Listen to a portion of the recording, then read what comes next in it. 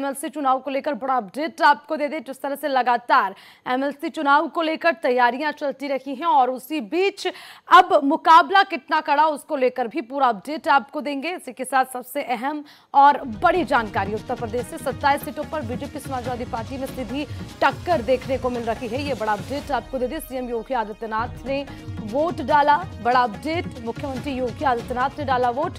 लखनऊ में उन्नाव सीट पर दिलचस्प मुकाबला। देखिए, बड़ा अपडेट आपको देते हैं। मुकाबला काफी दिलचस्प होगा। लखनऊ में 10 बूथों पर मतदान हो रहा है और उसी को लेकर तैयारियां भी लगभग पूरी। उत्तर प्रदेश में एमएलसी चुनाव के लिए मतदान जारी है और तमाम उत्तर प्रदेश में कहां-कहां चुनाव होंगे उसको लेकर किस तरह की इस वक्त माहौल है उसको लेकर भी अपडेट आपको देंगे।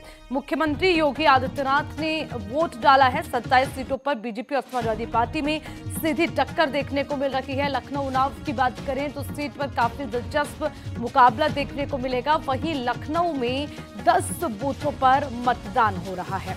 ये बड़ा अपडेट आपको देते हैं। 10 बूथों पर हो रहा मतदान और कई जगहों से तस्वीरें निकल कर आ रही हैं जहां पर मुकाबला काफी कड़ा है। और देखिए, सबसे बड़ी बात ये कि काफी दिलचस्प मुकाबला रहेगा और देखना ये होगा कि क्या इस बार भी बीजेपी के नाम का डंका बजेगा या समाजवादी पार्टी जीत हासिल करेगी। क्योंकि 2016 की बात करें तो समाजवादी पार्टी के जो है खाते में तमाम सीटें गई थी और अब कहीं ना कहीं जो चुनाव होने जा रहे हैं उसमें समाजवादी पार्टी को लेकर लगातार बीजेपी कहती आ रही है एक बार फिर से सपा की हार होगी। लेकिन चुनाव काफी दिलचस्प है क्योंकि कड़े की टक्कर देखने को मिल रही है। मुकाबला कड़ा है और बहुत सी ऐसी जगह जहां पर यह देखा जा रहा है कि ये तय कर पाना मुश्किल कि आखिर किसके खाते में सीट जा सकती है। तो 27 सीटें ऐसी हैं जिसमें बीजेपी और समाजवादी पार्टी के बीच कड़ी टक्कर देखने को मिल रही है। हालांकि इसी बीच उत्तर प्रदेश के मुख्यमंत्री योगी आदित्यनाथ ने भी वोट डाल दिया है और उसी के साथ चुनाव को लेकर तैयारियां भी जोरों पर हैं। तो हम आपको तमाम अपडेट दे रहे हैं, आखिर कहां पर किस तरह की स्थिति है, मुकाबला कितना कड़ा है, क्या तैयारियां की गई हैं, उससे जुड़ा भी सारा अपडेट आपको देंगे। तो ये बड़ी और अहम जानकारी एमएलसी चुनाव से जुड़ी हुई। चुनाव को लेकर 27 सीटों पर बीजेपी समाजवादी पार्टी में सीधी टक्कर और उसी के साथ मुख्यमंत्री योगी आदित्यनाथ ने वोट डाल दिया है। और लखनऊ और उन्नाव सीट की बात करें तो वहां पर मुकाबला काफी दिलचस्प नजर आ रहा है। तो चलिए कुछ तस्वीरें आपको दिखाते हैं कि आखिर कहां किस क्षेत्र में किस तरह की है स्थिति। और 5 जगह की कुछ तस्वीरें हम आपको दिखाएंगे जिसमें आप देख पाएंगे कि आखिर चुनाव को लेकर माहौल क्या। देखिए, जालौन की तस्वीरें हैं, बस्ती की तस्वीरें, गोरखपुर की तस्वीरें, आगरा की तस्वीरें और कन्नौज की तस्वीरें। देखिए, पुलिस प्रशासन की ओर से भी तैयारियां पूरी। तो वहीं पर उसी के साथ आप देख पाएंगे कि किस तरह से बूथ स्तर पर बाहर पूरी तरह से सिक्योरिटी जो है टाइट रखी गई है। तमाम पुलिस अधिकारी और जिनकी भी ड्यूटी है वो अपनी अपनी ड्यूटी पर तैनात हैं और वहां पर लोगों के आने जाने का सिलसिला भी जारी है। तस्वीरें आपको दिखा रखे हैं जालौन की। अगर आप तस्वीरें देखें तो वहां पर भी आपको पूरी तरह से जो है वर्दी पहने तमाम जवान नजर आएंगे जो अपनी ड्यूटी पर तैनात हैं। बस्ती की बात करें तो बस्ती में भी जवानों की तैनाती, लेकिन उसी के साथ वहां लोगों के आने का सिलसिला भी शुरू हो चुका है। कतार में लोग अपना जो है बारी का इंतजार कर रहे हैं। उसी के साथ आगरा की तस्वीरें, आगरा में भी पुलिस प्रशासन की ओर से जो है ड्यूटी लगाई गई है, तमाम अधिकारी मौजूद हैं। कन्नौज में कुछ लोगों की तस्वीरें जो इंतजार कर रहे हैं शायद अपनी बारी का और पुलिस प्रशासन की वहां पर भी तैयारियां कड़ी हैं। गोरखपुर की तस्वीरें आपको दिखा दें, मुख्यमंत्री योगी आदित्यनाथ जिन्होंने वोट डाल दिया है और उसी के साथ और अब देखना यह होगा कि बाकी तमाम दूसरी जगहों पर माहौल क्या कहता है और कितनी कड़ी टक्कर देखने को मिल रही है, मुकाबला कितना दिलचस्प है ये देखना होगा। खासकर बात लखनऊ की करें तो 10 बूथों पर मतदान किया जा रहा है और उसी के लिए तैयारियां भी खूब की गई हैं। 27 सीटें जिस पर मुकाबला कड़ा, बीजेपी और समाजवादी पार्टी में सीधी टक्कर देखने को मिल रही है। हालांकि इस बार चाहे बात विधान परिषद की हो, चाहे बात विधानसभा चुनाव की जाए, तो कहीं ना कहीं बीजेपी और समाजवादी पार्टी के बीच में कड़ी टक्कर देखने को मिली है। तो अब एमएलसी के चुनाव की अगर बात करें तो इसमें भी मुख्य विपक्ष के रूप में समाजवादी पार्टी ही बीजेपी को कड़ी टक्कर देती नजर आ रही है।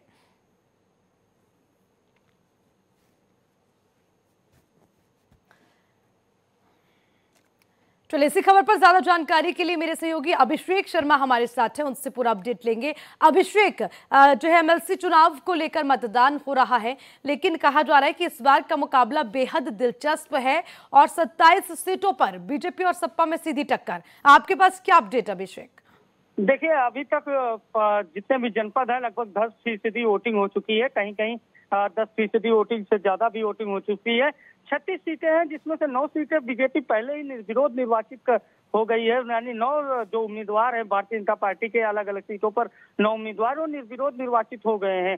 कहीं पे उनके विरोधियों का पर्चा खारिज हो गया है या फिर कहीं उनके विरुद्ध कोई नामांकन नहीं करने गया। 27 सीटें हैं जिन पर चुनाव हो रहा है, जिसमें से कुछ प्रमुख सीटें हैं जिस पर दिलचस्प मुकाबला है। लेकिन अगर बात की जाए एमएलसी के चुनाव की, तो देखिए एमएलसी के चुनाव में सत्ता का दबदबा होता है। जिसकी सरकार होती है विधान परिषद में उसी का बोलबाला होता है। समाजवादी पार्टी की सरकार में समाजवादी पार्टी के मैक्सिमम एमएलसी जीत कर आए थे। बसपा की सरकार में 36 में से 34 एमएलसी बहुजन समाज पार्टी के चुनाव जीत कर आए थे। लेकिन इस बार कुछ बाहुबली भी हैं जिनकी साख दांव पर लगी हुई है। बनारस की अगर बात की जाए तो बनारस में ब्रिजेश सिंह की पत्नी का मुकाबला भाजपा के सुदामा पटेल से बताया जा रहा है। जौनपुर में समाजवादी पार्टी के उम्मीदवार मनोज यादव और भारतीय जनता पार्टी के उम्मीदवार ब्रिजेश सिंह पिंटू जो धनंजय सिंह के करीबी हैं, उनके बीच कड़ा मुकाबला बताया जा रहा है। कुछ ऐसी सीटें हैं जहां समाजवादी पार्टी और बीजेपी के बीच कड़ा मुकाबला है, लेकिन बाकी सीटों पर कहीं ना कहीं भारतीय जनता पार्टी को क्लीन चिट मिलती हुई दिख रही है, क्योंकि मजबूती से जहां पर जो सामना कर रहे हैं भारतीय जनता पार्टी का, वहीं भारतीय जनता पार्टी को चुनौती मिल रही है। बाकी 9 जो सीटें हैं उस पर भारतीय जनता पार्टी निर्विरोध निर्वाचित हो गई है। बाकी बची 27 सीटों में लगभग 7 सीटें ऐसी हैं जिस पर कड़ा मुकाबला है। बाकी 20 सीटें ऐसी भी हैं जहां पर वोटिंग भी हो रही है, लेकिन वहां मुकाबला एक तरफा बताया जा रहा है। तो यानी कहीं ना कहीं जो 7 प्रमुख सीटें हैं उस पर समाजवादी पार्टी या फिर बाहुबली निर्दलीय प्रत्याशी भारतीय जनता पार्टी को टक्कर दे रहे हैं। लेकिन बाकी बची सीटों पर भारतीय जनता पार्टी कहीं ना कहीं क्लीन चिट मिलती हुई दिख रही है। 9 सीटें निर्विरोध निर्वाचित हुई है, 7 सीटों पर कड़ा मुकाबला है। बाकी बची जो 20 सीटें हैं, यानी अगर हम एक्चुअल फिगर की बात की जाए तो 36 में से 28 सीटें ऐसी हैं निर्विरोध निर्वाचित सदस्यों को मिलाकर जहां भारतीय जनता पार्टी मजबूत बताई जा रही है। तो यानी अगर 36 सीटों में से 28 से 30 सीटें भारतीय जनता पार्टी जीतती है तो विधानसभा के साथ साथ विधान परिषद में भी भारतीय जनता पार्टी के पास बहुमत होगा और उसे विपक्षी दलों की ओर देखना नहीं होगा। अच्छा अभिषेक, एक और बात समझने वाली, क्योंकि अगर हम पिछला इतिहास उठाकर देखें तो जो है समाजवादी पार्टी के खाते में जब 2016 में चुनाव हुए थे उस टाइम 10 निर्विरोधी उन्होंने भी सीटें जीती और उसके साथ ही बाकी सीटें भी उनके हक में गई थी। तो अब इस बार वो तस्वीर उल्टी है और बीजेपी के पक्ष में नजर आ रही है। तो कहीं ना कहीं आधी जीत बीजेपी की यहीं पर माने, क्योंकि जो है 9 तो ऐसे जो आपने कहा है 9 सीटें ऐसी हैं जिसपे निर्विरोध ही बीजेपी जीत गई। बाकी जगहों पर भी कहीं ना कहीं जो कड़ी टक्कर है उसमें बीजेपी थोड़ी आगे नजर आ रही है। अभिषेक, देखिए, सत्ता का बड़ा असर होता है। मैंने आपको कल भी बताया था कि जो ग्राम पंचायत के प्रधान हैं, जो क्षेत्र पंचायत सदस्य हैं, जिला पंचायत सदस्य हैं, वो उसी को मतदान करते हैं जिसकी सत्ता होती है। क्योंकि एमएलसी एक ऐसी कड़ी होती है, जैसे विधायक चुनाव जीते तो वो मुख्यमंत्री के पास अपनी बातों को लेकर आता है। तो ऐसे में ग्राम प्रधान हो गए या क्षेत्र पंचायत सदस्य, जिला पंचायत सदस्य, वो अपने गाँव में विकास कार्यों को बढ़ावा देने के लिए या अपनी सुरक्षा के लिए एमएलसी के पास जाते हैं, अपने सम्मान के लिए एमएलसी के पास जाते हैं। तो वो चाहते हैं कि एमएलसी जिसे चुने वो सत्ता से संबंध हो, क्योंकि जब सत्ता का एमएलसी चुनेंगे तो कहीं ना कहीं जो विकास है, जो और सम्मान है क्षेत्र पंचायत का, ग्राम पंचायत का, क्योंकि गांव की जो राजनीति होती है उसमें आत्मसम्मान बड़ी चीज होती है। तो ऐसे में वो उसी को चुनना चाहते हैं जो पुलिस प्रशासन से उनके आत्मसम्मान की रक्षा करे, जो गांव में विकास को बढ़ावा दे, जो उनके मौके पर खड़ा रहे। तो ऐसे में सत्ता के उम्मीदवार को चुनना ग्राम पंचायत स्तर के जो मतदाता है, ग्राम प्रधान या क्षेत्र पंचायत सदस्य, वो ज्यादा पसंद करते हैं, क्योंकि उन्हें पता है कि जिसकी सत्ता होती है उसी का बोलबाला होता है। तो ऐसे में सत्ता के उम्मीदवारों को चुनना वो पसंद करते हैं। अब देखने वाली बात है कि इस बार के चुनाव में क्या होता है, लेकिन फिलहाल जो स्थिति, बिल्कुल अभिषेक, देखिए लॉजिकली आपकी बात सटीक बैठ सकती है कि जिसकी सत्ता है अगर उसी के ही प्रत्याशी को चुना जाए तो बेनिफिट हो सकता है। लेकिन हर जो चुनाव होता है, चाहे वो विधानसभा हो, विधान परिषद का चुनाव हो या फिर पंचायती चुनाव हो, सबके अपने मायने हैं। तो देखना होगा कि जिस तरह से आप बता रहे हैं जिसकी सत्ता उसी को ही वोटिंग हो, वो ज्यादा बेनिफिशियल या फिर जनता कुछ और विचारधारा रखती है, वो भी देखना होगा। ठीक है अभिषेक, आप नजर बनाए रखिएगा। शुक्रिया तमाम अपडेट के लिए।